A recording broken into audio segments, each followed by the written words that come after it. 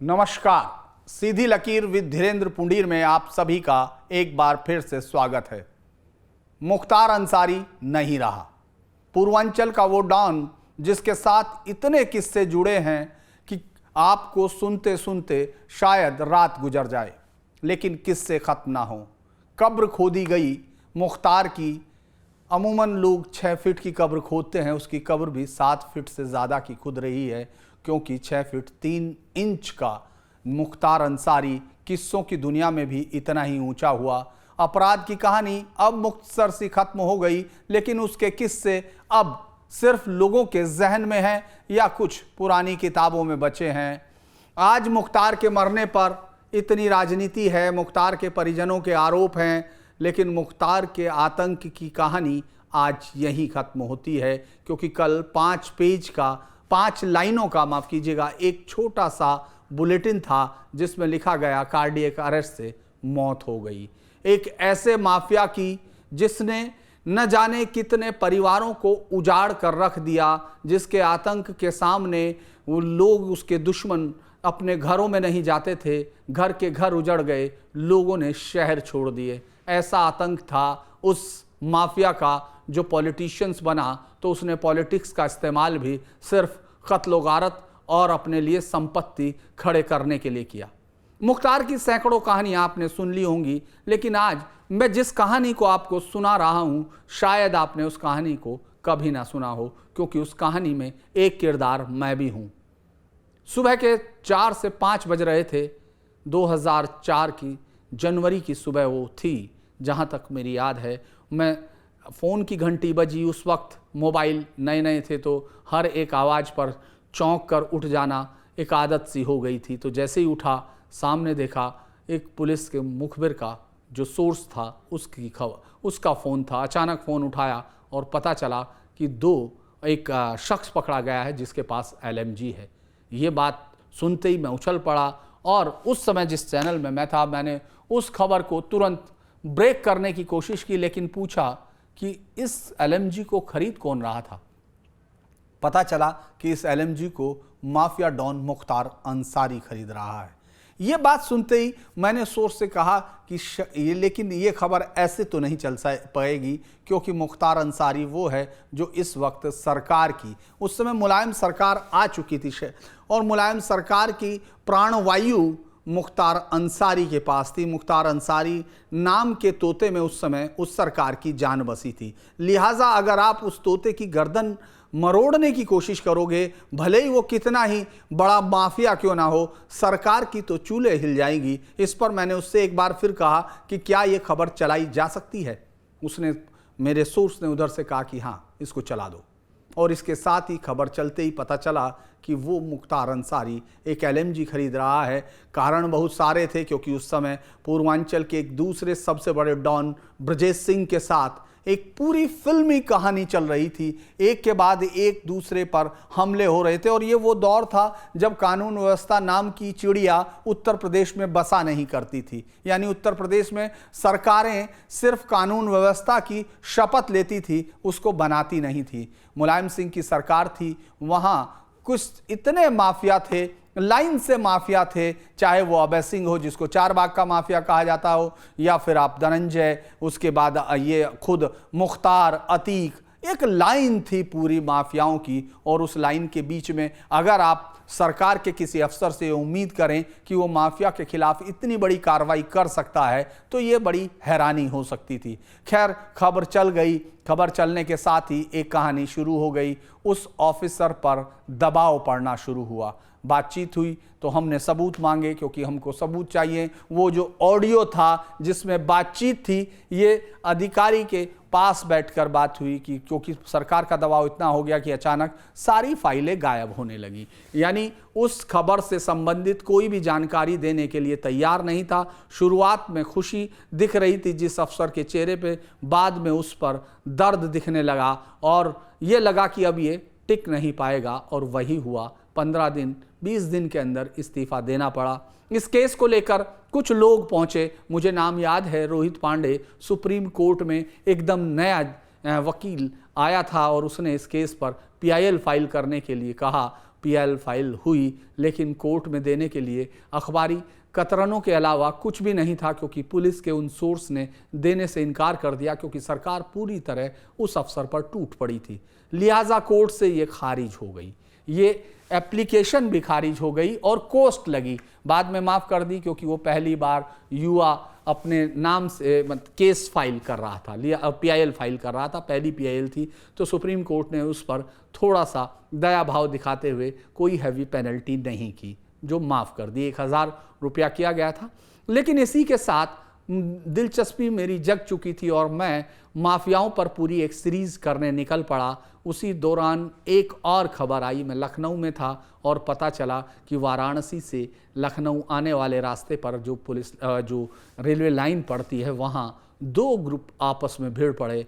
एक कृष्णानंद राय और दूसरा मुख्तार अंसारी का था। गाड़ी को आगे पीछे करने में हड़बड़ाहट हुई, क्योंकि सुरक्षा दोनों तरफ थी, माफिया वॉर चल रहा था, गैंग वार थी, और अचानक कोई भी कन्फ्यूज़न फायरिंग को आमंत्रित करता था। फायरिंग हुई, बच निकले, लेकिन मैं उसको करते करते सीधा पहुंच गया मैं मुख्तार अंसारी के दरवाजे, फाटक, मतलब लखनऊ में जिस इलाके में वो रहता था। सीधा मैं जब वहाँ पहुँचा तो एक बहुत विशाल फाटक, जिसकी बहुत मोटी लोहे की चादर थी, उसको नॉक किया। आसपास कोई नहीं दिख रहा था, आप बाहर से किसी को देख नहीं सकते थे, हालांकि अंदर से आपको लगातार देखा जा रहा था। तो जैसे ही कहा तो एक छोटी सी खिड़की साइड से खुलती है और पूछता है कि कौन है। तो मैंने कहा कि जाओ अंदर कहो धीरेन्द्र सिंह आए हैं, मिलना चाहते हैं। और पता नहीं क्या हुआ उस वक्त, तो हम लोग जब ये क्राइम कवर किया करते थे तो इस तरह का डर किसी को नहीं होता था, और कोई पत्रकार पर कोई इस तरह लांछन भी नहीं होता था कि उसको कोई सामने वाला मना कर सके। लिहाजा अंदर बुला लिया गया और उसके बाद बातचीत शुरू हुई। वो बातचीत बड़ी दिलचस्प थी। जब मुख्तार अंसारी आया, मुख्तार अंसारी एकदम लंबा चौड़ा, लंबा, लगभग मैंने जो आपको बताया 6 फीट 3 इंच का, अमूमन कोई आदमी आपको दिखता नहीं है। आसपास के साथ चलते हुए लोगों में सबसे ऊंचा आदमी आने के बाद बैठ गया और बड़े गर्मजोशी के साथ, भैया जी बताइए क्या कहना है। तो उसके साथ बातचीत शुरू हुई कि मुझे तो RK तिवारी मर्डर केस पर बात करनी है। एक बार को ज़रूर चेहरा बदला, लेकिन उसने कहा कि नहीं, वो हम पर लगे हुए आरोपों को कोई भी, हम लोगों को, चूँकि हम पॉलिटिकल आदमी हैं भैया जी, हम कमज़ोर आदमी हैं। जी हाँ, यही कहानी थी। उसने कहा कि भैया जी हम कमज़ोर हैं, हम गरीब हैं, हम पर पत्रकार भी हम ही पर दबाव बनाते हैं। भैया जी ये तो आप नहीं लिखेंगे कि माफिया कौन है, आप तो हम ही को माफिया लिखेंगे। और तब तक बराबर में बैठे हुए अफजाल से, चूँकि मेरा उस समय तक राब्ता नहीं हुआ था, तो उसने कहा, जब दूसरी बार मुख्तार ने शब्द कहे कि भैया जी आप हम ही को माफिया लिखेंगे, तो अफजाल ने कहा कि नहीं, तो ये शंकराचार्य लिख दो। तो ये एक बड़ा दिलचस्प सा किस्सा था। और फिर मेरी जब बातचीत हुई तो उन्होंने ये पूरा का पूरा दबाव और पूरे आरोप सीधे तौर पर माफिया डॉन ब्रजेश सिंह पर डाल दिए। उस वक्त तक ब्रजेश सिंह के बारे में ये पूरे कम से कम पूरे मीडिया में, पुलिस में और ज़्यादातर लोगों को यही मालूम था कि अब उसरी चट्टी घटना के बाद, यानी उस घटना में जिसमें अटैक किया गया था इसके मुख्तार अंसारी के काफिले पर, उसके बाद से ब्रजेश सिंह मारा गया, क्योंकि जो गोली चलाई थी उसमें खुद जो मुख्तार ने उस वक्त बताया था कि उसने गोली चलाई थी आखिरी, और वो खुद ब्रजेश सिंह को लगी थी। लेकिन दोनों भाइयों का ये पूरा यकीन था कि वो मरा नहीं है, वो इस समय भी इन घटनाओं को अंजाम दे रहा है और उसके पीछे, हर हमले के पीछे ब्रजेश सिंह है। लिहाजा बातचीत हुई, लगभग 30 से 40 मिनट का इंटरव्यू है, जिसमें वो अक्सर दिल्ली से जाने वाले पत्रकारों का पसंदीदा माफिया डॉन था। हालांकि उस वक्त का दौर ही ऐसा था कि जैसे हर पत्रकार माफिया डॉन को बाहुबली बनाने में लगा हुआ था, और उनकी इमेज ऐसी गढ़ रहे थे जैसे लार्जर देन लाइफ हो, यानी वो इतने बड़े लोग हों, उनको रॉबिन हुड में तब्दील किया जा रहा था। तो वो हर आने वाले को एक बार अपने निशाने का मुजाहरा ज़रूर करता था, जिसमें उड़ते हुए पंछी को गोली मारना, यानी उस पर निशाना लगाना उसका पसंदीदा शौक़ था। मुझसे भी उसने कहा कि भैया जी मैं एक निशाना लगा के दिखाता हूँ, तो मैंने उसको रोक दिया, ये कहते हुए कि यार इधर उधर गिरा हुआ खून मुझे पसंद नहीं है, आप रहने दीजिए और उस पक्षियों को और तमाम लोगों को अपनी ज़िंदगी जीने दीजिए। उस खबर करने के बाद मैं तो चला आया और उसके बाद फिर कभी एक दो बार ऐसे मुलाकात हुई, जो चूँकि वो जेल चला गया उसके आदमी ज़रूर मिले, लेकिन फिर मेरी जेल के अंदर कभी मुलाकात नहीं हुई। वो लास्ट मुलाकात थी। लेकिन जब ये घटना हुई कल, जब ये खबर आनी शुरू हुई कि मुख्तार नहीं रहा, तो मुझे वो सारी कहानियाँ एक के बाद एक याद आई जो मुख्तार की उस पूरी कवरेज के दौरान मैंने अलग अलग समय तक, चूँकि बहुत दिनों तक अंडरवर्ल्ड कवर किया, तो वहाँ तक दिखाई देती रही। ये सब लोग, तमाम लोग ये अब ये कह रहे हैं कि भाई मुख्तार को जो है जहर दिया गया, उसके परिवार का आरोप है। और आपने देखा होगा जिस तरह का ट्वीट समाजवादी पार्टी का आया था, पहला ही ट्वीट था जिसमें जी, श्री और तमाम जिस दुख को व्यक्त किया था उसी को शिवपाल यादव, उसी को राम गोपाल यादव और तमाम लोगों का, उसके बाद तमाम दूसरी पॉलिटिकल पार्टियों का जिस तरह का दर्द उभर कर सामने आया, उसमें बहुत सारे लोगों के जहन में ये सवाल जरूर हुआ कि आखिर क्या सिर्फ मुस्लिम वोटों के लिए, तुष्टीकरण के लिए है या और कोई भी कारण हो सकता है। लेकिन मुख्तार अंसारी वाकई वो डॉन है जिसके पास किस्सों की कहानी है। वो एक ऐसी उलटबासियों का डॉन है जिसके बाबा को लेकर आपने बहुत सुना होगा, क्योंकि बहुत ही कम ऐसे लोग हुए हैं। चूंकि उस वक्त तक मुस्लिम लीग और कांग्रेस की लीडरशिप लगभग एक जैसी हुआ करती थी और एक जैसे दोनों में मेंबरशिप हो सकती थी। तो 1921 में मुख्तार अंसारी के जो बाबा, उनका नाम भी डॉक्टर मुख्तार अंसारी था, मुख्तार अहमद अंसारी, वो पहले मुस्लिम लीग के राष्ट्रीय अध्यक्ष थे और उसके बाद 1926-27 में वो कांग्रेस, इंडियन नेशनल कांग्रेस के अध्यक्ष बने। और ये पद कितना बड़ा था आप उस समय भी इससे अंदाज लगा सकते हैं कि उनके दादा से ये जिम्मेदारी मोतीलाल नेहरू ने ली थी।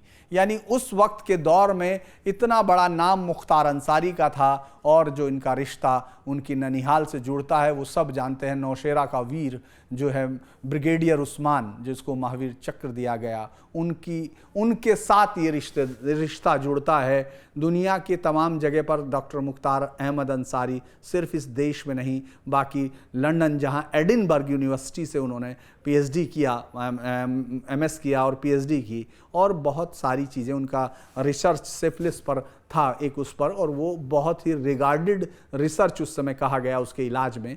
तो एक ऐसी कहानी, ऐसे परिवार की कहानी के साथ शुरू होता हुआ रिश्ता उसको यकीनन बहुत बड़ा कर देता है। मुख्तार अंसारी को, जो माफिया मुख्तार अंसारी है, उसका कद अपने आप में किस्सों के अंदर बहुत बड़ा कर देता है, क्योंकि एक ऐसे परिवार का चिराग है जिसने जो है आज़ादी की लड़ाई में हिंदुस्तान के में साथ दिया हो। आप ये सोचिए कि आज़ादी की लड़ाई लड़ने वाले उन लोगों के घर से इस तरह का शख्स कैसे निकलता है, आखिर ऐसी कहानी क्यों होती है और क्यों वो इस्तेमाल करता है। ये कोई ऐसी कहानी नहीं जिस पर आपको दर्द उभर आए या आप इसको ऐसे माने। ये एक चॉइस है, ये एक ताकत की भूख है, लूट की भूख है और आतंक का साम्राज्य खड़ा करने की अंधी दौड़ है, जिसमें मुख्तार अंसारी ने अपने बाबा से अलग दौड़ लगाई।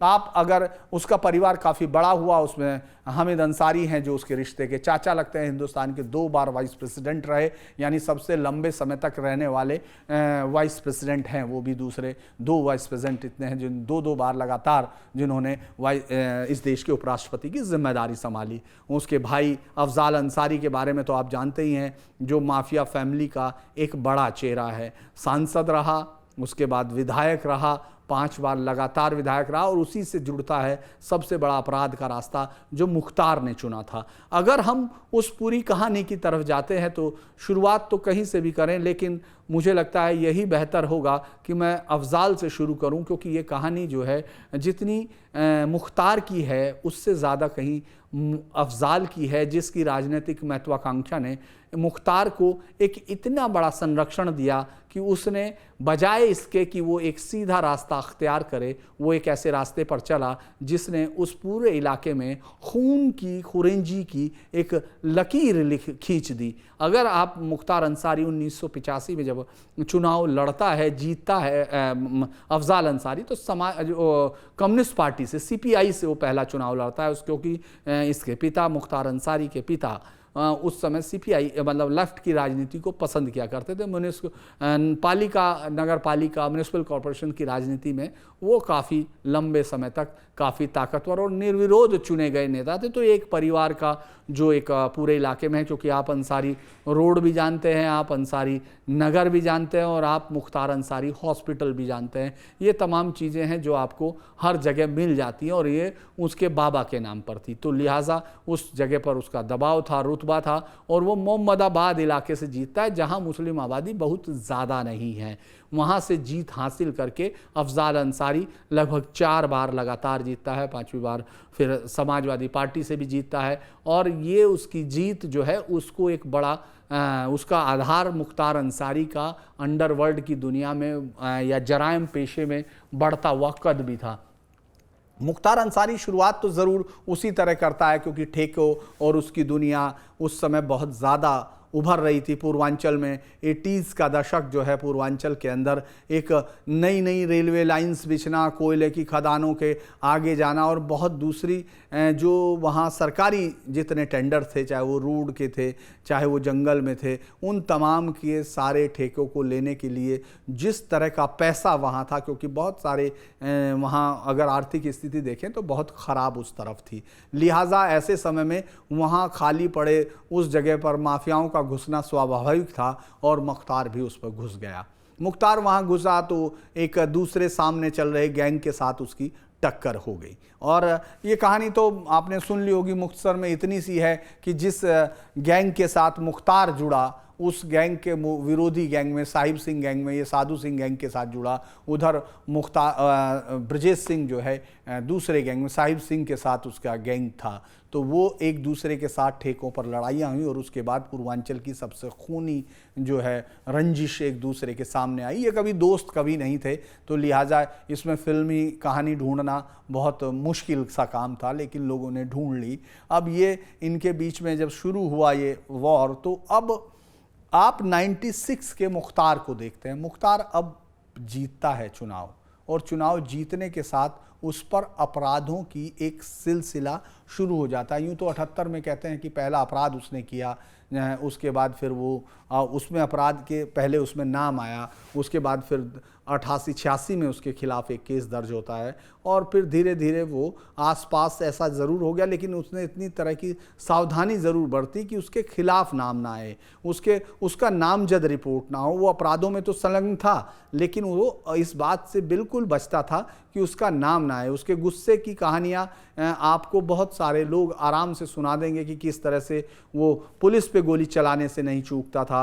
उसने इस तरह के लोग तैयार किए थे जो सरकारी नौकरियों में थे, लेकिन उनके पास लाइसेंस दिलाए गए, उनको एक छोटी सी आर्मी के तौर पर तैयार किया गया जो मुख्तार के लिए जान देने को तैयार थी। और यहीं से मुख्तार ने अपना एक पूरा पूर्वांचल में जो शुरुआत होती है वहाँ से शुरू की और इस पूरी कहानी में जुड़ते जाते हैं किरदार। अब आप उधर ब्रजेश सिंह, इधर ये तमाम लोग, और 96 के बाद बहुत सारे मर्डर एक के बाद एक होते हैं जिसमें मुख्तार का नाम सामने आना शुरू हो जाता है। ये जो 65 मुकदमे हैं इसमें से लगभग 18 मुकदमे मर्डर के हैं सिर्फ जो मुख्तार के ऊपर हैं। 10 इस तरह के मुकदमे जिनमें वो हत्या के मामलों में है, यानी 18 में सीधे मर्डर में 302 के मामले हैं और 8 इस तरह के जिनमें उसने हत्या का प्रयास किया हुआ। तो यानी बाकी सब मामले गैंगस्टर एक्ट है, लाइसेंस है, हथियार है, लोगों को उकसाना है, उस तरह के हैं। लेकिन ये मामले उस तरह के हैं जो बहुत ही बड़ा, जिसमें कत्ल या तो सीधा किया हो। और इसमें भी बड़े इंटरेस्टिंग बात यह है कि 8 केस जेल में रहते हुए दर्ज होते हैं। जो कत्ल के 8 केस हैं वो दर्ज होते हैं उस समय। तो हम लोग उस पर सीधे आ जाते हैं कि एक बार इस पर हमला करने के लिए 2001 उसरी चट्टी, जिसका फैसला आपने अभी सुना होगा जब उसने बयान दिया था मुख्तार ने अपने वकील के माध्यम से कि उसरी चट्टी में वो गवाही दे रहा है और उसमें उस सब में सुशील जो ब्रजेश सिंह है वो सीधे तौर पर वो होगा, उसको सजा होगी और सुशील सिंह उसको ब्रजेश सिंह को बचाने के लिए ही उसका सरकार कत्ल करा सकती है। ये पहली कहानियाँ थी जो उसने शुरू की थी। उसरी चट्टी वो है जब मुख्तार के काफिले पर ब्रजेश सिंह ने हमला किया था और उसी में गोलाबारी में ब्रजेश सिंह को गोली लगी थी। तो उसका अब फैसला आना है उसमें सिर्फ गवाही बची थी और उसके बाद ये फैसला आना था। तो मुख्तार ने ये पहले से डर बताना शुरू कर दिया कि उसके खिलाफ ये सज़ा हो सकती है। अब आप ये सोचिए कि 2003, 2004 और 2004 में LMG खरीदना, LMG खरीदने की ज़रूरत क्योंकि उसी दौरान पूर्वांचल में ये बात आ गई थी कि कृष्णानंद राय को, जिन्होंने हराया इसके भाई को, यानी 2002 का इलेक्शन जीतने के बाद सबसे बड़ी दिक्कत ये हुई, ये आज और भी सजा हुई है। आज मैं आपको इसके साथ जोड़ देता हूं कि आज राजू पाल की हत्या के मामले में भी सजा हुई और राजू पाल की हत्या भी अतीक अहमद ने की थी, इसलिए क्योंकि उसने उसके भाई को चुनाव में हरा दिया था, जो सीधे तौर पर माफिया के खिलाफ एक खड़े होने वाली बात है और माफिया ये बर्दाश्त नहीं करते। तो जिनको उन पत्रकारों की कहानियों पर यकीन है कि ये बहुत मुस्कुराते हुए लोग हैं, ये लोगों से मिलते हैं, रॉबिन हुड हैं, उनको ये सिर्फ एक बार सोच के देखना है कि उनके ये तथाकथित रॉबिन हुड अगर उनके खिलाफ खड़े होते हैं तो उसका रुख क्या होगा, उसका गुस्सा क्या होगा। ये आप इस बात से अंदाज लगाइए कि दो माफिया अलग अलग जगह पर लगभग एक ही तरीके से घटनाओं को लेते हैं।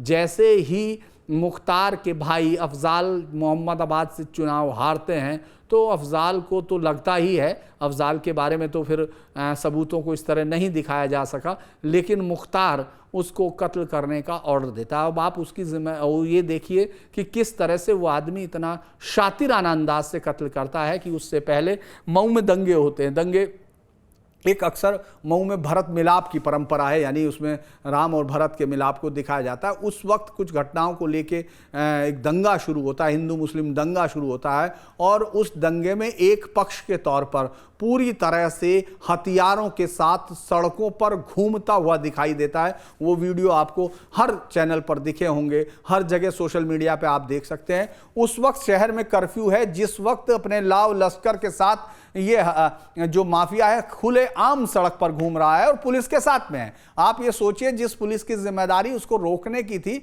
वो उसकी सुरक्षा में घूम रही है और उसके इशारों पर काम कर रही है। तो वो एक हिस्सा 2005 का है और जब ये प्रेशर बढ़ जाता है सरकार पे तो उसको ये कहा जाता है कि आप इस पे आत्मसमर्पण कर दीजिए। और आपको इस घटना का अगर आपको सीधे इलाहाबाद से जोड़ दीजिए तो जिस तरह से उसको उससे कहा गया अतीक अहमद से कि आप, मुलायम सिंह सरकार ने कहा कि आप बिल्कुल दूध की तरह, मतलब गंगा की तरह पवित्र हैं, लेकिन आप थोड़ा आत्मसमर्पण कर दीजिए। गिरफ्तार तो करने की हिम्मत उस समय की सरकार में नहीं थी, जो समाजवादी पार्टी की सरकार उस समय चल रही थी, क्योंकि वो इन्हीं माफियाओं के दम पर उसने समर्थन हासिल किया था पहले की पार्टी को तोड़कर, सत्तारूढ़ पार्टी को तोड़कर। तो लिहाजा उसके लिए ये लोग बहुत अहम थे। तो इस समय जब मुख्तार अंसारी से 2005 में मुख्तार अंसारी अक्टूबर में जेल चला जाता है, आप ये सोचिए, समर्पण करता और जेल चला जाता है। ये अलग बात है कि उस एक बार उसने जेल जाने के बाद वो जेल से बाहर निकल नहीं पाया। 2017 तक तो जेल उसके लिए घर हो गई थी, सबसे सुरक्षित आरामगाह अगर पूरी दुनिया में कहीं थी तो उसके लिए जेल थी, क्योंकि वो जेल में बैठ के साम्राज्य चलाता था। आपने ये सारे किस्से तो सुन ही लिए हैं कि किस तरह से वो जब गाजीपुर जेल में पहली बार गया, जाते ही चूंकि 2005 में आत्मसमर्पण के बाद उसको वहीं भेजा गया था, तो खाली जगह में उसने वहां तालाब ही बनवा दिया था, क्योंकि उसको ताजी मछलियां खाने का शौक था और मछलियां बाहर से कहाँ से मंगाने की जहमत क्यों ली जाए, वहां खुद वो बैठ के वहीं उसी तालाब से पकड़ ले। इसके अलावा जेलर के कमरे में बैठ के सारी चीज़ों का इंसाफ करना, अपनी कुर्सी पर बैठकर पूरा फैसला देना और पूरा जिन लोगों को पैसे की ज़रूरत है, जिन लोगों के आपस के झगड़े सुलझाने, वो सब उसी जेल के अंदर होते थे, जिस जेल के अंदर आप जा नहीं सकते हैं। किसी कॉमन आदमी की हिम्मत नहीं है कि वो जेल के सामने से भी गुजर जाए, उसके फाटक को बिना उस पर। वहाँ वो उसके लोग आराम से वहाँ जाते थे और तमाम लोग वहाँ से रंगदारी वसूली और ये सब सारा साम्राज्य, चूँकि सरकार उसके साथ खड़ी थी। यहाँ तक कि एक बार उसके जेल में होने के दौरान वो डीजीपी दफ्तर तक पहुँच गया, और जो डीजीपी मतलब जो सबसे बड़ा महकमा, पुलिस महकमे का सबसे बड़ा अफसर, उसके दफ्तर में वो जाकर बैठता है, मुलाकात करता है, और रिकॉर्ड में वो जेल में है। चाहे वो विधानसभा में एक बार दिखाई दे जाता है, आप देखिए वो फोटो भी दिखते हैं। वो पत्रकारों की निगाह में तो आता है, लेकिन पुलिस की निगाह में नहीं आता और सरकार की निगाह में नहीं आता। तो ये तमाम चीज़ें उसके रुतबे को बता रही थी। और ठीक एक महीने बाद लगभग जिस तरह से कृष्णानंद राय की हत्या हुई वो हिंदुस्तान, यहाँ सिर्फ पूर्वांचल या उत्तर प्रदेश नहीं, हिंदुस्तान के सबसे बड़े हत्याकांडों में से एक है, जिसको निर्दयता और दुर्दयता के साथ, जिसको दुर्दम्य तरीके से किया गया। यानी 500 के करीब राउंड में गोलियां चली AK-47 की। AK-47 उनके किसी के शरीर से 100 गोलियां, किसी शरीर से 70 गोलियां निकाली गई। पोस्टमार्टम रिपोर्ट में, वो पोस्टमार्टम रिपोर्ट ये बताती है कि किस तरह से जब माफिया सरकार के साथ हो जाएं या खुद सरकार हो जाएं तो किसी भी आदमी का, यानी जो विधायक उसी तरह का विधायक था, उसके बराबर में भी वो क्या हाल कर सकते हैं, ये एक साफ तौर पर दिखता है। उस पूरी घटना के बाद सरकार के जो आप सोचिए कि केंद्र सरकार में उस समय पहले मंत्री रह चुके और इतने बड़े पोस्ट के नेता राजनाथ सिंह जैसे लोग वहाँ जाके धरना देते हैं, वो उसके लिए CBI जांच की मांग करते हैं। केस तो खैर शुरुआत में CBCID को दिया गया था, लेकिन ये बताती है घटना कि किस तरह से उसका इतना असर था। बल्कि वो वीडियो भी आपने सुना होगा जो बाद में कहा गया कि फ़ोन पर वो चोटी काट ली, यानी कृष्णानंद राय चोटी रखते थे और BJP से थे और उनको एक हिंदूवादी नेता के तौर पर वहाँ जाना जाता था। तो वो घटना, और ये पकड़ में भी इसलिए आया क्योंकि मुख्तार फैजाबाद जेल में बंद अपने दूसरे माफिया साथी अभय सिंह को फ़ोन पर बता रहा था। ये अलग बात है, फ़ोन दूसरे के नाम से, तनवीर के नाम से लिया गया था। तो उसके बाद उसको उस रिकॉर्ड को भी बाद में उसने झुटलाने की कोशिश की। और ये अजीब सी बात आपको लगेगी कि जो मेन केस है, जो हत्या का केस है, जिसकी जांच CBI ने की, उसमें बरी हो गए, उसमें ये बरी हो गए और फिर गवाहों को और दूसरे केस में इनको सजा होती है। आप ये सोचिए कि कानून की हालत किस तरह थी उस समय तक। और लोगों का कहना ये ज़रूर है, आपने देखा होगा कि लोग कह रहे हैं कि जब 2005 के बाद से उसकी घटना जब हुई है, 2005 के बाद से उसका सितारा गिरने लगा। ऐसा नहीं है, उसके बाद उसका सितारा पूरे माफिया अंडरवर्ल्ड में सबसे ताकत पर आ गया, उरूज पर आ गया और एक पूरा नया नेक्सस बना जो प्रयागराज से शुरू होता था अतीक अहमद के साथ और फिर बीच में मुख्तार और वहां से शहाबुद्दीन यानी सिवान तक पहुंचता है। इसको आपसी बातचीत में सैम कहा गया। शहाबुद्दीन, अतीक और मुख्तार, ये अलग बात है, ये भी संयोग है कि मौत का क्रम भी तीनों माफियाओं का ऐसा ही रहा। पहले शहाबुद्दीन अस्पताल में मरा, इसी तरह से फिर दूसरे मुख्तार को, अतीक को जेल में जाते हुए मारा और जब जेल में से वो उसके लिए आ रहा था मेडिकल के लिए, उसको उस वक्त मारा गया और तीसरा खुद फिर दोबारा उसी में मारा जब वो सुरक्षा में जेल में था, हॉस्पिटल में उसकी मौत हुई। तो तीनों लगभग एक ही मंथ में, रमज़ान का महीना था। ये कई सारे संयोग हैं जो इन तीन माफियाओं की उस पूरी कहानी का पटाक्षेप भी उसी तरह से करते हैं। तो उस सैम के गठन के बाद तो बाकी तमाम जितने माफिया थे या दूसरे ग्रुप थे वो इनके सामने एकदम बोने हो गए, क्योंकि हथियारों की तस्करी से लेके ठेकेदारी और रंगदारी, पैसा वसूलना, कत्लों को अंजाम देना और उन सब के सहारे एक पूरी राजनीतिक ताकत को अपने पास बनाए रखना। एक और बड़ी चीज़ ये दिखती है कि रॉबिन हुड की छवि कैसी होती है। दरअसल रॉबिन हुड की छवि तमाम माफिया, जितने लंबे समय से मैंने क्राइम को देखा, अंडरवर्ल्ड को देखा, टेररिज्म को देखा, ये तमाम लोग ये कोशिश करते हैं कि इनके आसपास एक ऐसी शील्ड खड़ी हो जाए जो उन लोगों की हो जिनको कुछ रुपये पैसे से ये मदद करते हैं। तो कुछ 100 लोगों की, कुछ हजार लोगों की कुछ 100 रुपयों के साथ मदद होती है और फिर उस मदद के सहारे ये कुछ लाख लोगों तक इनकी कहानियां पहुंचती हैं और वे तमाम लाख लोग इनके लिए वोटों में तब्दील हो जाते हैं, क्योंकि भैया जी को आप अब छोड़ नहीं सकते, वो तो गरीबों के मसीहा हैं, वो तो शादी कराते हैं। तो इस तरह की कहानियां खुद इसके साथ भी हुई और ये इतना बड़ा क्लाउड। दूसरा क्या है कि मुस्लिम तुष्टीकरण या MY समीकरण में ये बहुत इंपॉर्टेंट साबित हो रहा था। ये चाहे अफजाल हो या मुख्तार हो, अतीक हो, ये तमाम लोग MY समीकरण के सबसे ताकतवर स्तंभ होते थे। और ये अलग बात है कि इनकी बातों से इनकी जो वोटर्स हैं या इनके धर्म के लोग हैं वो कितना मुतासिर होते होंगे मुस्लिम, वो तो कोई एक किस तरह की घटना नहीं कही जा सकती, लेकिन ये बात ज़रूर है कि इनका फ़ायदा इनको मिलता रहा आप मुख्तार के इतनी बड़ी ताकत, आप सोचिए कि 2005 के बाद जो लोग ये कहते हैं कि उस कत्ल के बाद, कृष्णानंद राय के कत्ल के बाद उसकी घटनाओं में कमजोरी आना शुरू हुई, उनको ये देखना चाहिए कि 2009 में मुख्तार बनारस से मुरली मनोहर जोशी जैसे नेता के खिलाफ जाकर चुनाव लड़ता है और बहुत ही कम वोटों से हारता है, लगभग 22,000 वोटों से कुल हारता है वो, 22 से 23,000, यानी उसको इतना जन समर्थन मिलता है कि वो मुरली मनोहर जैसे नेता को परेशानी में डाल देता है। तो ये तमाम चीज़ें बताती हैं कि इनके पास वोट, उन्होंने अपनी एक छवि इस तरह से बनाई,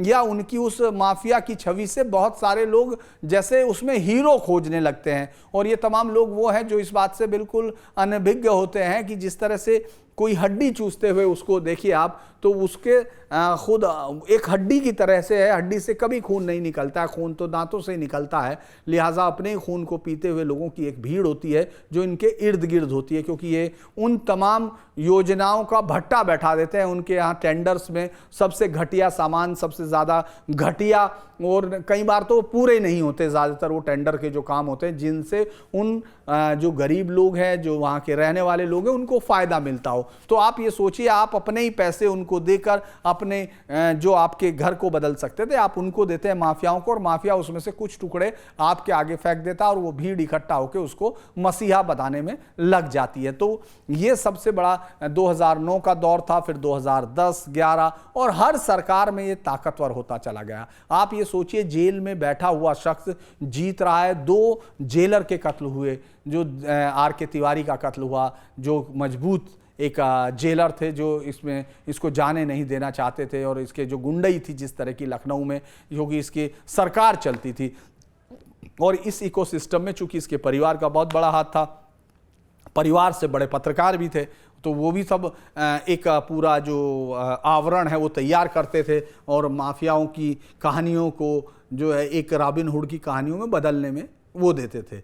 तो अगर हम इसको देखें तो ये पूरा का पूरा 2009, 2010, 2011, 12 इन सब में उसका काम लगातार चलता रहा। 2017 तक ऐसा लग रहा था कि जैसे ये मुख्तार अंसारी नहीं, एक बहुत बड़ा एक पैरेलल गवर्नमेंट है जो ये तय करता है कि इस पूर्वांचल में क्या होगा। उन न केवल जीत हार बहुत छोटे मायने रह गए थे इसके लिए, क्योंकि वो हर सरकारों में अपरिहार्य हो गया था।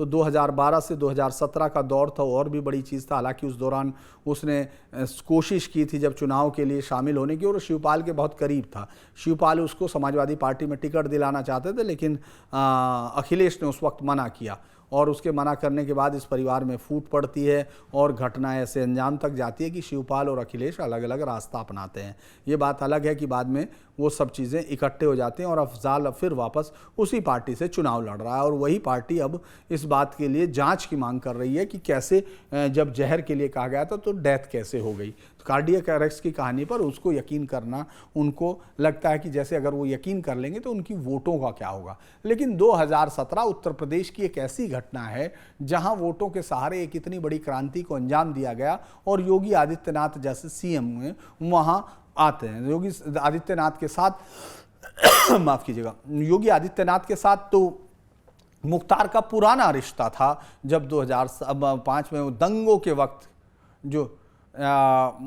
जब हम लोग देख रहे थे कि किस तरह से जब योगी आदित्यनाथ हिंदू युवा वाहिनी के साथ एक रैली करने आजमगढ़ जा रहे दंगों के खिलाफ, तो उस वक्त हजारों लोगों, ये साफ तौर पर कहता है कि देखते हैं कैसे जाएगा बाबा, वहाँ कैसे पहुँचेगा, और सुरक्षा के साथ आए हैं बाबा, वहाँ पहुँचते हैं बाबा सुरक्षा के साथ। योगी आदित्यनाथ उस समय सांसद होते हैं, और जब वो वहाँ पहुँचते हैं और आजमगढ़ के तकिया बाजार से निकलने की कोशिश करते हैं तो अचानक पथराव होता है, बहुत भारी आक्रमण हमला होता है, और वो पूरा का पूरा इनका वहाँ जान बचाना बहुत मुश्किल हो जाता है, और वहाँ से किसी तरह जान बचकर, वो भी वीडियो आपको दिखाई देगा, ये सब शुरू होती हैं। लेकिन उस वक्त को, उस घटना को योगी आदित्यनाथ ने अपने मन में रख लिया और सही समय का इंतजार करने लगे। और ये शायद एक वो भी घटना है कि ये बताती है कि योगी आदित्यनाथ क्यों माफिया से इतना ज़्यादा ये नफरत करते हैं या हम देखते हैं उनको पसंद नहीं करते हैं।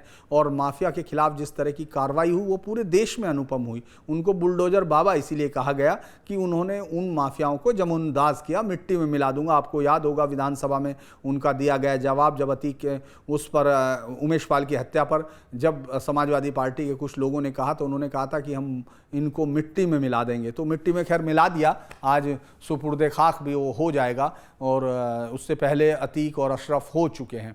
तो मुझे उस समय की घटना को लेकर जब 2017 में मुख्यमंत्री बन जाते हैं तो उसके बाद से ये दूसरी कहानी का दूसरा टर्न शुरू होता है, यानी जो ताकत थी वो छिजने लगती है। लेकिन अभी भी उसको डर नहीं था, वो जीत के आता है। पहले एक बार आप धर्मेंद्र यादव को सुन लीजिए, इसके बाद फिर मैं इस घटना को आगे बढ़ाता हूं। 100% सरकार के द्वारा इस तरह की घटनाओं को किया जा रहा है। और आज बड़ा दुर्भाग्य है कि उत्तर प्रदेश के अंदर सबसे ज़्यादा कस्टोडियल डेथ अगर कहीं है तो हमारे उत्तर प्रदेश में है। लोग कहीं सुरक्षित नहीं हैं, ना सड़कों पर सुरक्षित हैं, ना अपने घरों में सुरक्षित हैं। जेल को लोग सुरक्षित स्थान मानते थे, अब जेलों में भी लोग सुरक्षित नहीं हैं। पता नहीं सरकार किसकी कब कहाँ हत्या करा दे, किसको जहर दिला दे, अब इस बात को कहना मुश्किल है। देखिए, आप इस बयान को आप समझ गए होंगे, क्योंकि आजमगढ़ जीत के लिए इस तरह के लोगों की सहानुभूति बहुत ज़रूरी है। मरा हुआ मुख्तार, जिंदा मुख्तार कितना उनके लिए फ़ायदेमंद होता, लेकिन मरा हुआ मुख्तार उनके लिए शायद कुछ वोट ला सकता है, क्योंकि सियासत ये करती है, माफिया को मासूम में बदलती है और मासूम मजलूम दिखाकर उसके लिए सहानुभूति इकट्ठी करती है, क्योंकि सहानुभूतियाँ तो वोट लाती हैं। तो लिहाजा धर्मेंद्र यादव की ये बाइट आपको उसी तरफ इशारा करती हुई दिख रही है कि वो ये बताना चाहते हैं सरकार हत्या कराती है। ये कितने बड़े शब्द हैं, कितना स्ट्रॉन्ग ये स्टेटमेंट है, लेकिन इससे उनको मालूम है कि इन सब का कोई बहुत मतलब होता नहीं उनके लिए, वो सिर्फ किसी भी तरह जीत चाहते हैं। तो 2017 की जो सरकार का बदलाव है वो तमाम, अब मैं इसको इस तरह देखता हूं कि जो अधिकारी हैं 2017 में वो आए होंगे, यानी सरकार बदली, अधिकारी नहीं आए, अधिकारी वही हैं, ज़्यादा सारे अधिकारी वही हैं। उनमें से कुछ लोग डीजीपी बनकर, जो उस समय आईजी रहे होंगे, डीआईजी रहे होंगे, वो डीजीपी बनकर रिटायर हो रहे हैं। अभी भी अगर आप 96 बैच की बात कर ले तो 96 बैच अभी डीजीपी नहीं बना है, यानी 96 में जब ये मुख्तार उस समय चढ़ रहा था तो वो भी अधिकारी अभी रिटायर नहीं हुए, वो डीजीपी नहीं बने। अभी 90 बैच के 90 बैच तक का ही सिर्फ डीजी या सीएस बन रहे हैं। तो आप इस बात से अंदाज लगा सकते हैं कि अधिकारी भी वही है, लेकिन 2017 के राजनीतिक बदलाव ने किस तरह से इस मुख्तार की जिंदगी का रुख ही बदल कर रख दिया। 2017 के बाद वो डरना शुरू करता है, और तब जो अभी तक तमाम लोगों को डरा रहा था अब उसके अंदर डर आना शुरू होता है, क्योंकि शुरुआत में तो नहीं लगता, लेकिन जैसे एक के बाद एक घटना आनी शुरू होती है और योगी आदित्यनाथ उस पर पूरा रिएक्शंस देते हैं, पूरी ताकत के साथ देते हैं, और तमाम सरकार पुलिस अधिकारियों को उनको बदला जाता है जो उनके साथ माफियाओं के साथ मिले हुए हैं, और बाकायदा सख्त चेतावनी के साथ कि एक मौका दिया जा रहा है, आप अपनी निष्ठा बताइए, और उसके बाद ये शुरू हो जाती है कहानी। माफ़ कीजिएगा, मुझे लगता है कि मैं ये बताना भूल गया था कि किस तरह से एलएमजी की ज़रूरत क्यों पड़ी थी। एलएमजी इसलिए खरीदी जा रही थी क्योंकि उस दौरान ये पता चल चुका था कि कृष्णानंद राय, जो जिसको एसटीएफ ने सूचित किया था कि आपके खिलाफ जो है आपकी जान को खतरा है, क्योंकि इसकी अफजाल की हार के बाद बहुत बौखलाया हुआ है मुख्तार, वो आप पर हमला कर सकता है। तो उस समय शुरुआत में ज़रूर थोड़ा बहुत सावधानी बरतता है, ये जो कृष्णानंद राय उस समय सावधानी बरतते हैं। कृष्णानंद राय का ब्रजेश सिंह के साथ रिश्ता है, ये सब बातें उस समय सबको मालूम थी। तो लिहाजा उस समय ये था कि ब्रजेश सिंह ने माफिया, जो अपनी गाड़ियां हैं, जो Brajesh Singh bullet proof car में चलता है, तो बुलेट प्रूफ कार पर AK-47 जो है उस बुलेट प्रूफ कार को बेध नहीं पाती है AK-47 की। तो इसीलिए आपको LMG चाहिए जो उसके जो बख्तरबंद गाड़ियों पर भी उनको बेध सकती है। इसीलिए ये जो है सेना के एक भगोड़े बाबूराम यादव का, जो राष्ट्रीय राइफल से था,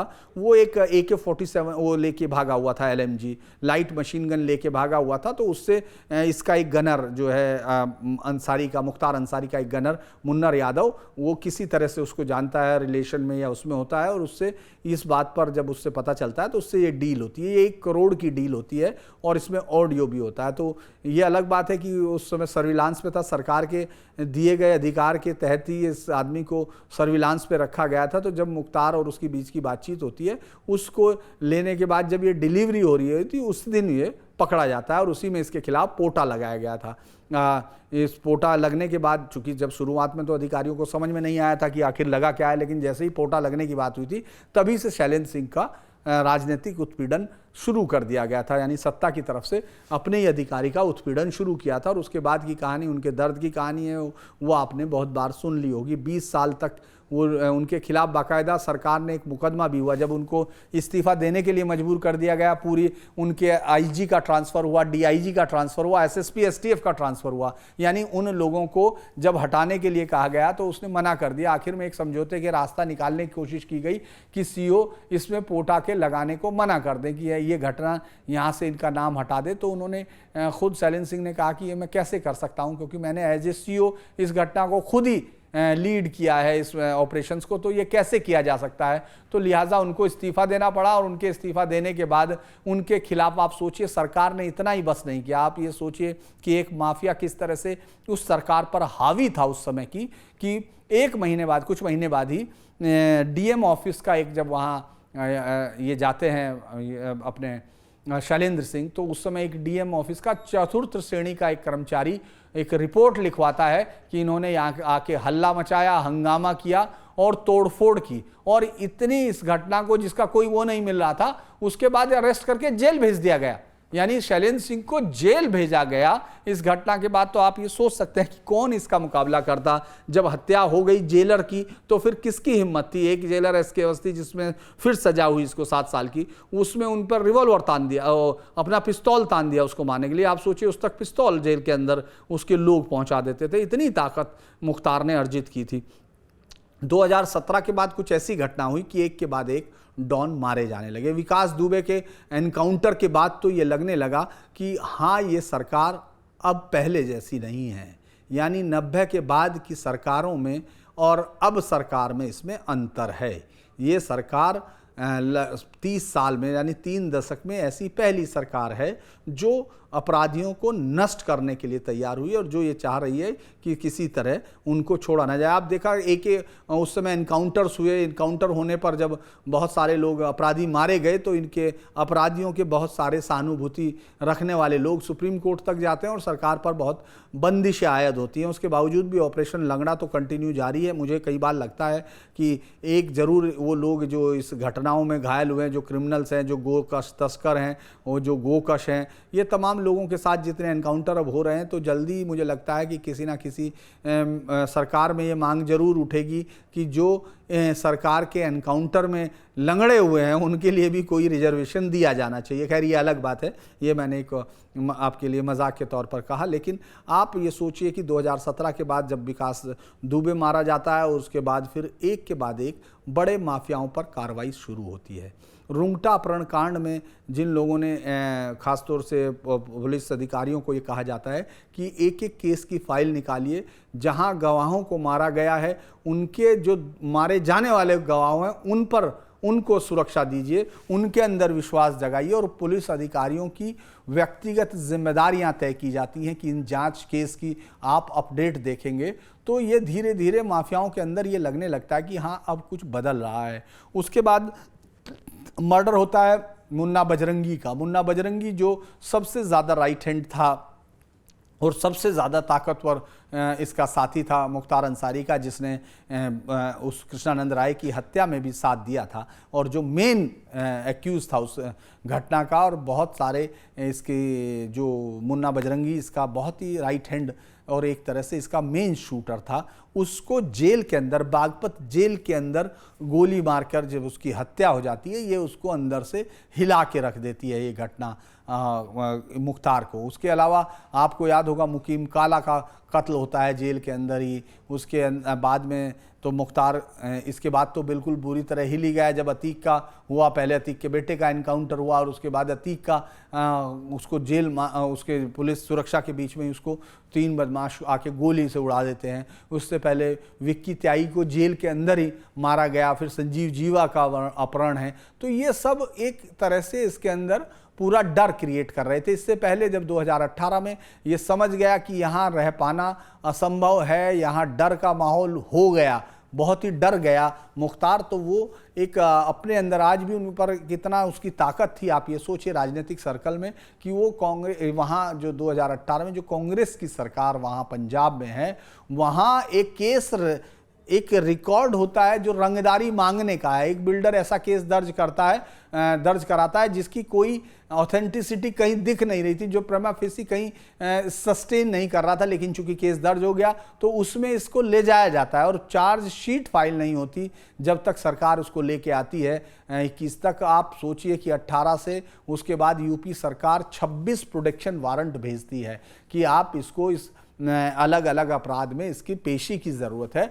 और पूरे देश में अभी तक ऐसा नहीं हुआ कि कोई सरकार, राज्य सरकार किसी दूसरे राज्य के अपराधी को, जिनके खिलाफ बहुत सारे केसों और जघन्य अपराध हों, उनको ना भेजने के लिए पूरी कोशिश करे, इतना कि वकीलों की जो बिल आए वो कई करोड़ रुपए का हो जाए। और ये उसका दुर्भाग्य की बात है। और ये कहना चाहिए यूपी के लोगों का जो इस समय सरकार का जो प्रयास दिखता है उसकी जीत है कि सरकार को उसकी कस्टडी मिल जाती है। सुप्रीम कोर्ट तक जाकर लड़ना होता है, लेकिन जब जेल मंत्री, जो बदली हुई सरकार पंजाब की है, वो जेल मंत्री विधानसभा में बाकायदा बयान देते हैं कि किस तरह से 35 लोगों की जो बैरक कैदियों की, उसमें अकेले रहता था मुख्तार या फिर पत्नी के साथ रहता था अपनी। आप ये सोच के देखिए कि ये जेल के अंदर, चूंकि किस तरह का राजनीतिक क्लाउट इस्तेमाल उन लोगों ने किया, माफिया जो टर्न होते हैं पॉलिटिशियन, वो इसका सबसे ज्वलंत उदाहरण है ये कि वहाँ पूरी सरकार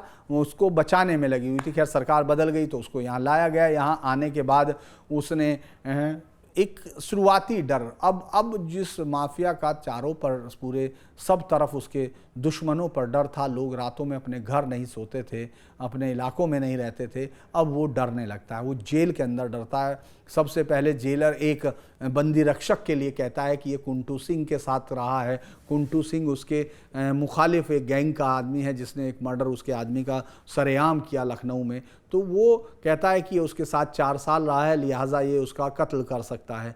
खैर उससे सरकार मना करती है। इसके बाद उसकी कई बार तो जेलें भी बदली गई। उसका इतना रुआब था कि जब वो आया तो 2-3 जेलर्स ने तो चार्ज लेने से इनकार कर दिया था। उसकी जेल, वो जेलर ही नहीं मिला, खाली रही जेल कुछ दिनों तक, जब तक कि ये यकीन नहीं आ गया कि हाँ सरकार बहुत सिंसियर है और इसके किसी दबाव को नहीं माना जाएगा।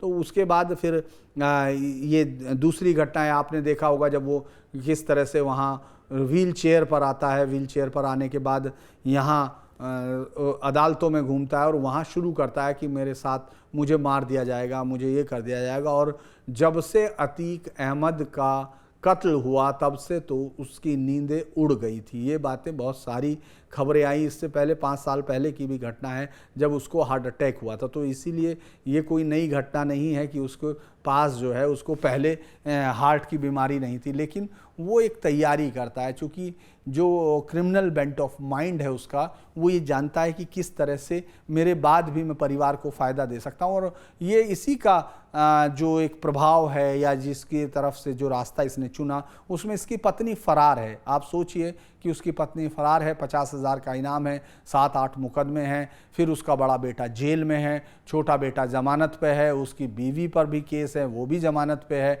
भाई पर केस है, दूसरे भाई पर केस है और परिवार के लोगों पर केस है। यानी एक आइडियल माफिया फैमिली जो है ये आपके सामने मौजूद है, जो राजनीति को सिर्फ अपनी ताकत को बढ़ाने का साधन मानती है। तो उसमें जब इसको डर लगने लगता है तो ये ऐसी स्थिति में चला गया कि इसको हर चीज़ से डरने लगा। और अब ये जब 21 मार्च को इसने अपने वकील के माध्यम से जो लेटर दिया, उसमें कहा कि सरकार, मुझे 19 मार्च को जहर दिया गया है, खाने में धीमा जहर दिया गया है। उसको इसका कैसे पता चला ये कोई जवाब नहीं है। और जब कल उसको कार्डियक अरेस्ट में मौत हुई तो उसके बाद राजनीतिक दलों ने उसका इस्तेमाल करना शुरू किया। और वो लगभग विपक्षी दल, वो तमाम लोग हैं जिनको लगता है कि तुष्टीकरण के सहारे एक वो हासिल की जा सकती है, वोट हासिल की जा सकती हैं, तो ये एक लंबा एक पूरे ये इसकी कहानी इस हिंदुस्तान की राजनीति की कहानी हो सकती है, या एक ऐसी कहानी भी आपको बताई जा सकती है जो ये बताती है कि किस तरह से लगभग 1990 के बाद यूपी की राजनीति कितनी घटिया स्तर तक पहुंची और वहां कानून व्यवस्था को किस तरह से दांव पर रखा गया। कभी वो दंगों में बिकती रही, कभी वो माफियाओं के पैरों तक जाती रही, और वही तमाम अधिकारी जो आज आगे बढ़कर क्रिमिनल्स को ठिकाने लगा रहे हैं, वो उनके सामने झुकते हुए कॉर्निश करते हुए दिख रहे थे। ये पूरी ताकत, और अभी भी जिस तरह की राजनीति को हम देख रहे हैं उसमें मैं फिर ये कहूँगा कि कल भी जब हम लोग बातचीत कर रहे थे तो उसमें मैंने कहा था, मुझे लगता है कि योगी आदित्यनाथ के उस बयान को बहुत गहराई से लेने की ज़रूरत है जिसमें वो कहते हैं कि एक वोट से सब कुछ बदल सकता है। यानी एक वोट आप जब देते हैं एक ऐसी सरकार को, जब तो एक शहर में कर्फ्यू रहता है, यानी मुजफ्फरनगर की घटना पर बोलते हुए कहा था कि ये इस शहर में कर्फ्यू रहता है, और एक वोट जब आप दूसरी तरफ देते हैं तो इस शहर में कांवड़ के मेले गुजरते हैं। तो मुझे लगता है कि इसी एक घटना ने इस मुख्तार अंसारी की कहानी को विराम दिया। यानी जो इसके अपराध की कहानी थी, इतनी लंबी कथाएं थी, उन सबको समेट के रख दिया। और एक और बात कि आखिर इतनी भीड़ क्यों दिख रही है, ये तमाम वो भीड़ है जो माफियाओं से लाभार्थी है। चाहे आप कहीं भी जाएंगे, डाकुओं के मैं जब डाकुओं को कवर कर रहा था तो बहुत सारे लोगों ने कहा कि डाकू बहुत अच्छे थे, फला डाकू बहुत अच्छा था, बेटियों की इज्जत रहती थी, और तमाम चीज़ें। इस तरह के किस्से आपको हर आदमी सुना देगा जब आप उन गाँव में जाएंगे या तमाम जगह। आप किसी माफिया के बारे में नहीं, सिर्फ अंडरवर्ल्ड के किसी बदमाश के बारे में या शूटर के बारे में पता करेंगे तो उसके आसपास के लोग सबसे ज़्यादा अगर तारीफ करेंगे, आपको ये समझ में आना बंद हो जाएगा कि ये आदमी इतना सज्जन है तो इसको देवताओं की जगह ले लेनी चाहिए। तो वही आपको यहाँ दिखाई देगा, क्योंकि वो लोग तमाम लोग होते हैं जो इनसे फ़ायदा उठाते हैं। मान लीजिए जब मैं डाकुओं की बारे स्टोरी कर रहा था तो मुझे समझ में नहीं आ रहा था कि इतनी तारीफ क्यों कर रहे हैं। बाद में पता चला कि डाकू एक पानी के ड्रम का 200 रुपया देते हैं, एक रोटी के 50 रुपये देते हैं, और वो इन्हीं सबसे लेते हैं। यानी लाभार्थियों का एक ऐसा गैंग तैयार करते हैं जो वहाँ उनके लिए कुछ भी कर दे, क्योंकि उनको पैसा मिल रहा होता है।